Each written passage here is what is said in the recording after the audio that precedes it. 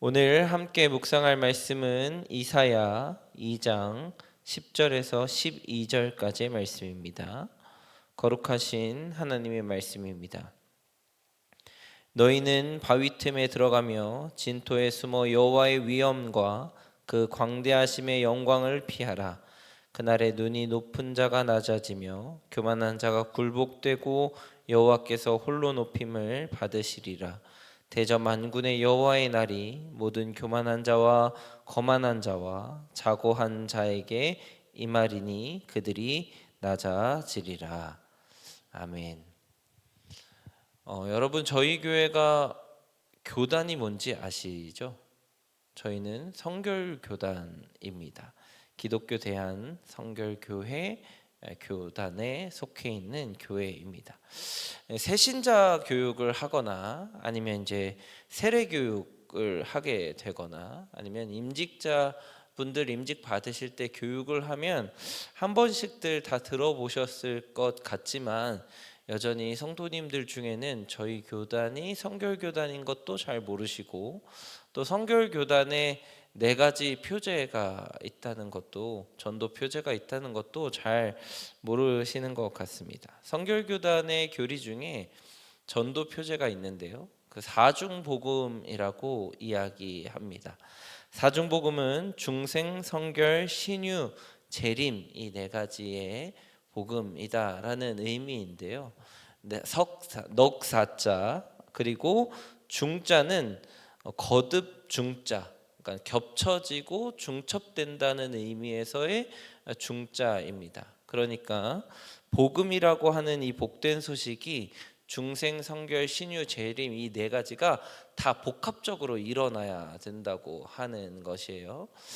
중생은 간단하게 이야기하면 거듭남이고 성결은 거룩함이고 신유는 회복이고 재림은 예수님의 다시 오심을 의미합니다.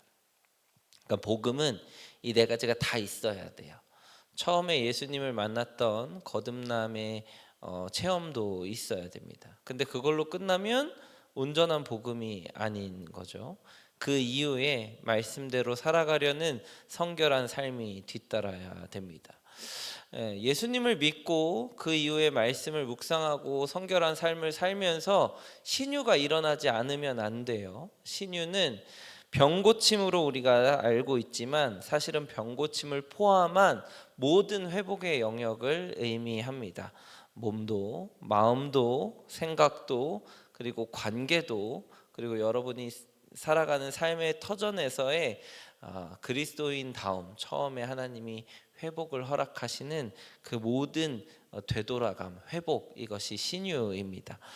처음에 예수님을 믿었고 또 성결한 삶을 살면서 자연스럽게 회복의 역사가 일어나서 신유를 경험하지만 결국에 마지막에 재림도 함께 고백할 수 있어야 진정한 복음이라고 이야기할 수 있습니다. 재림은 예수님의 다시 오실 것에 대한 믿음과 신앙입니다. 근데 예수님 언제 오실 줄 아무도 모르죠. 아무도 모르지만 반드시 오실 것이다라는 것을 믿음으로 고백하는 것, 이것이 재림입니다. 이사야서에서 하나님께서 이사야에게 임하시면서 유다와 예루살렘의 말씀을 선포하시고 계시하셨습니다. 이스라엘의 앞날이 이럴 것이다 라고 이야기해 주시는 것인데 이것이 곧 이스라엘뿐만 아니라 우리에게도 하시는 동일한 말씀입니다. 이사야가 하나님의 부르심을 받은 우시야 왕의 죽을 때 그리고 요담이 등극했던 이 초기 시대의 이스라엘은 외교적으로나 문화적으로나 정치적으로나 재정적으로나 안정되고 풍요로운 시기에 있었습니다. 부족한 것이 없었어요. 그래서 그 전에 있었던 우시야 왕은 교만하기도 하였고 요담은 하나님의 말씀을 잘 믿기는 했지만 백성들의 삶에 크게 터치하지 않았습니다. 이스라엘 사람들은 모든 것이 풍족하고 다 갖춰져 있다고 생각하고 신앙 역시도 여유롭게 하나님을 잘 믿고 있을 것이다라고 생각하는 그 시기에 이사야에게 하나님이 임하셔서 하시는 말씀이 너네 망할 거야 라는 이야기입니다. 고모라처럼 될 거야. 너네가 결국 하나님의 날, 여호와의 날에 이르러서는 교만한 자가 굴복하여 낮아지고 하나님만 영광 받으시는 날이 올 거야. 우상이 없어지고 은으로 된 것, 금으로 된 것 다 두더지와 박쥐에게 던져질 거야 라는 이 무서운 말씀을 하고 계신 것이죠. 아직 일어나지는 않았습니다. 이스라엘 백성들은 풍족하고 여유 있는 삶을 살고 있었기 때문입니다. 그런데 아직 일어나지 않은 이 무서운 일이 일어날 것이다라고 선포되어지는 이유는 무엇일까요?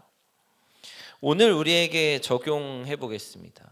대한민국 사회는 모든 것이 풍족하고 또 모든 것이 갖춰진 사회로 잘 알려져 있습니다. 우리는 이미 많은 것을 누리고 있어요. 세계적으로 보면 대한민국 사람들이 상위 5% 이상 아마 될걸요. 풍족하고 또 먹을 것이 넘치고 깨끗한 물을 마실 수 있고요. 인터넷이나 여러 가지 교통수단이나 이런 것들이 모두 갖춰져 있는 이 한국 사회에서 만약에 이사야가 다시 이 땅에 와서 하나님의 말씀을 듣고 선포한다면 이렇게 이야기할 것 같습니다. 예수님 다시 오실 것입니다, 여러분. 예수님이 다시 오시는 날에는 천지가 진동하고 우상을 숭배하고 자신을 높이고 자신을 위하여서 모든 만들어진 것들이 불타 없어질 것입니다.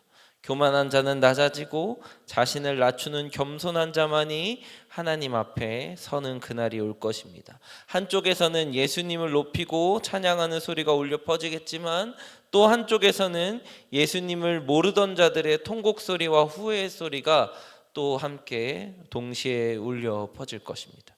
그런 날이 곧 옵니다. 이렇게 선포하고 있는 것이죠.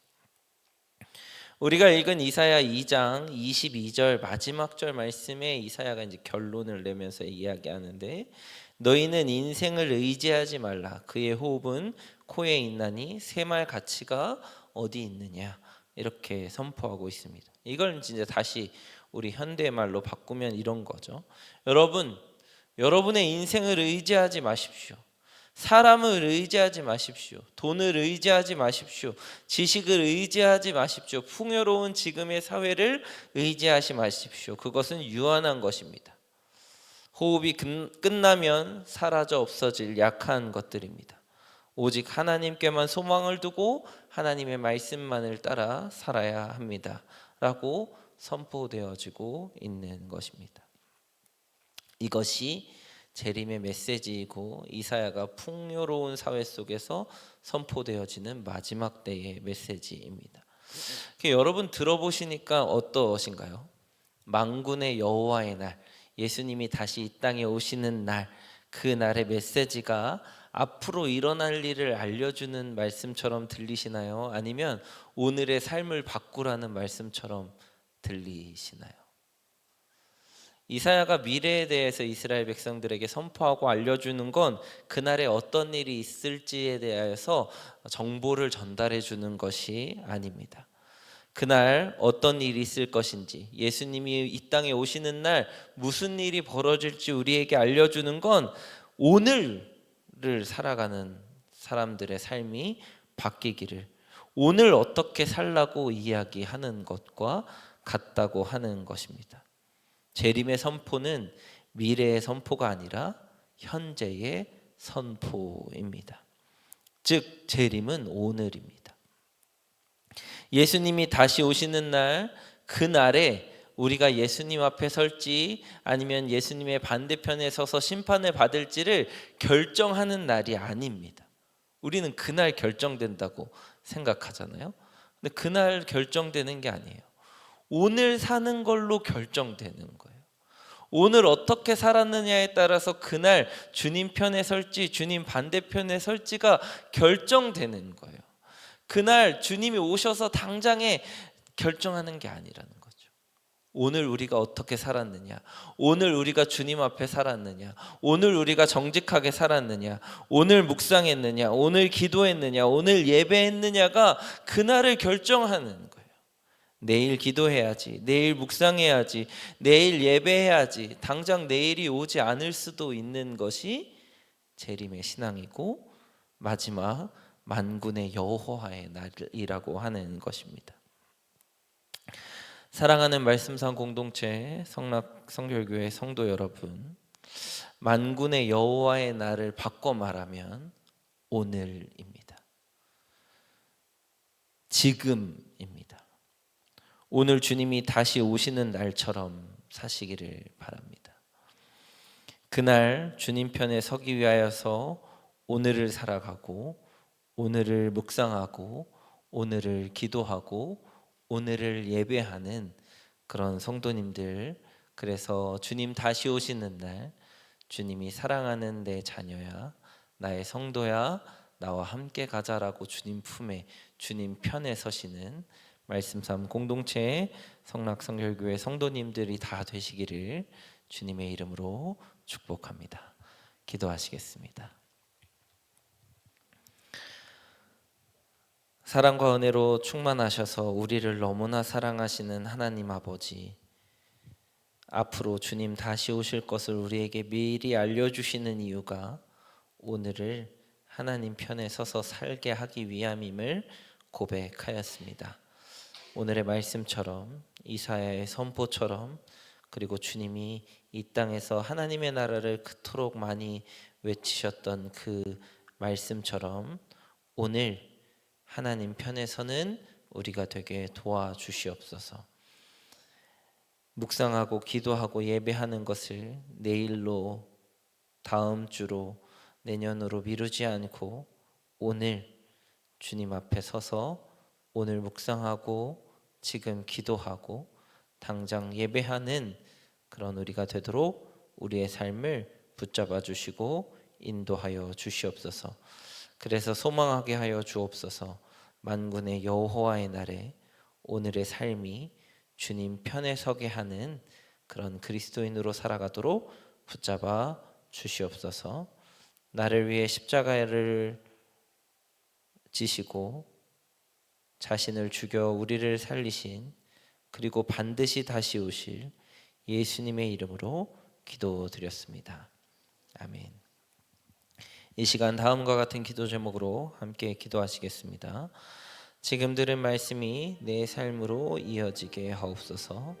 사순절 기간 말씀 묵상을 통해 은혜를 누리게 하시고 예수님의 삶에 동참하게 하옵소서. 은퇴하시는 담임 목사님과 새롭게 세워질 후임 목사님의 리더십의 교체가 은혜 가운데 이루어지게 하옵소서. 다바르 학교와 동안클럽을 축복하시고 리더들이 잘 세워지고 행복한 사역이 되게 하옵소서. 캄보디아의 띠움 쿤티어의 치료가 잘 이루어지게 하옵소서. 전쟁의 아픔 속에 있는 자들을 찾아가 위로하여 주시고 육체의 질병과 마음의 질병으로 고통받는 지체들에게 회복의 은혜를 주옵소서. 개인의 기도 제목과 공동의 기도 제목으로 다 같이 기도하시면서 삶의 자리로 나아가시겠습니다.